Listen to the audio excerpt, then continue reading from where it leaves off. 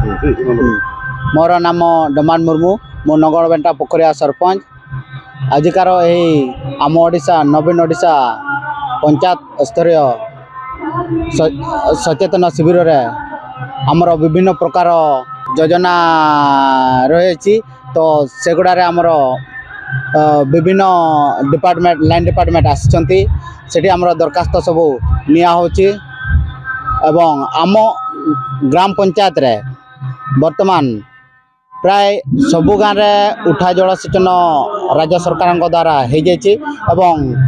विशेषकर कहि आमर जो उठा जलसेचन होटा वर्तमान कुलगिड़ी ग्राम लोक बहुत उपकृत होती एवं सरिष वर्ष बहुत चाष कर आज जितकी फॉर्म पड़ुची मु भावुची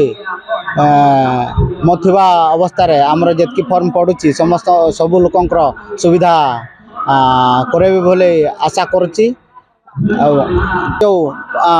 आज ये सांस्कृतिक कार्यक्रम विभिन्न प्रकार नाच गीत माध्यम लोक